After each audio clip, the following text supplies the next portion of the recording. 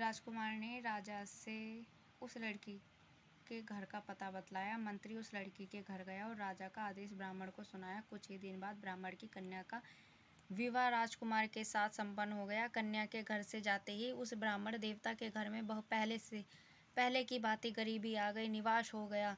अब भोजन के लिए भी अन्न बड़ी मुश्किल से मिलता था। एक दिन दुखी होकर ब्राह्मण अपनी पुत्री से मिलने गया। बेटी ने पिता के दुख की अवस्था को देखा और अपनी माँ का समाचार पूछा। ब्राह्मण ने सभी हाल कहे।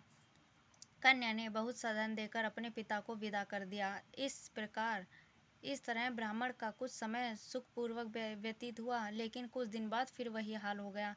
ब्राह्मण फिर अपनी कन्या के यहाँ गया और सभी हाल कहा तो पुत्री बोली, हे पिताजी, आप माताजी को यहाँ लिवा लाओ, मैं उन्हें इस विधि बता दूंगी जिससे गरीबी दूर हो जाएगी। ब्राह्मण देवता अपनी स्त्री को साथ लेकर अपनी पुत्री के पास राजमहल पहुँचे तो पुत्री अपनी माँ को समझाने लगी, हे माँ, तुम प्रातःकाल उठकर प्रथम स्नान आदि करके विष्णु भगवान का पूजन करो तो सब दरिद्रता दूर हो जाएगी। परंतु उसकी माँ ने उसकी बात नहीं मानी। वह प्रातःकाल उठकर अपनी पुत्री का बचा झूठन खा लेती थी। एक दिन उसकी पुत्री को बहुत गुस्सा आया। उसने एक रात एक कोठरी से सारा सामान निकाल दिया और अपनी माँ को उसमें बंद कर दिया। प्रातः उसमें से उसे निकाला तथा स्नान आदि करा के पूजा पाठ करवाया तो उसकी माँ की बुद्धि ठीक हो गई। इसके बाद वह नियम से पूजा पाठ करती और प्रत्येक बृहस्पतिवार को व्रत रखने लगी। इस व्रत के प्रभाव से उसकी माँ भी बहुत धनवान हो गई और बृहस्पति देवता के प्रभाव से स्वर्ग को गई। वह ब्राह्मण की सुखपूर्वक इस लोक को सुख भोगकर स्वर्ग को प्राप्त हुआ। इस तरह कहानी कहकर साधु देवता वहां से लोप हो गए।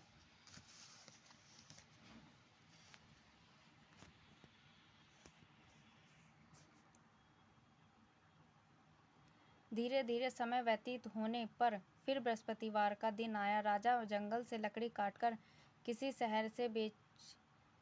शहर में बेचने गया। उसे उस दिन और दिनों से अधिक धन मिला। राजा ने चना गुड़ आदि लाकर बृहस्पतिवार का व्रत किया। उस दिन से उसके सभी क्लेश दूर हुए। परंतु जब अगला गुरुवार का दिन आया तो वह बृहस्पतिवार का व्रत करना भूल गया। इस कारण बृहस्पति भगवान नाराज हो गए। उस दिन उस नगर के राजा ने विशाल यज्ञ का आयोजन किया तथा अपने समस्त राज्य में घोषणा करवा दी कि कोई भी मनुष्य अपने घर में भोजन न बनाए तथा आग भी न जलाए। समस्त लोग मेरे यहाँ भोजन करने आवे। इस आज्ञा को जो न मानेगा उसको फांसी की सजा दी जाएगी। राजा की आज्ञा अनुसार राज्य के सभी वासी राजा के भोजन में सम्मिलित हुए, लेकिन लकड़हारा कुछ देर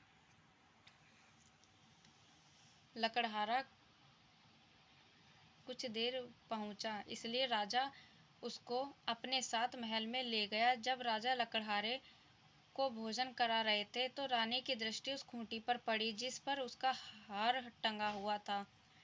उसे हार खूंटी पर लटका दिखाई नहीं दिया। उसको जेल में रानी को निश्चय हो गया कि मेरा हार इसी लकड़हारे ने चुरा लिया है। उसी समय सैनिक बुलवाकर उसको जेल में डलवा दिया। जब लकड़हारा जेल खाने में गया तो बहुत दुखी होकर विचार करने लगा कि न जाने कौन से पुनर्जन्म के कर्म से मुझे यह दुख प्राप्त हुआ है। और उसी साधु को याद करने लगा जो जंगल में मिला था। तत्काल बृहस्पति देव साधु के रूप में प्रकट हो गए और उसकी दशा को देखकर कहने लगे, अरे मूर्ख, तूने बृहस्पति देवता की कथा नहीं कही, इसी कारण तुझे दुख प्राप्त हुआ है।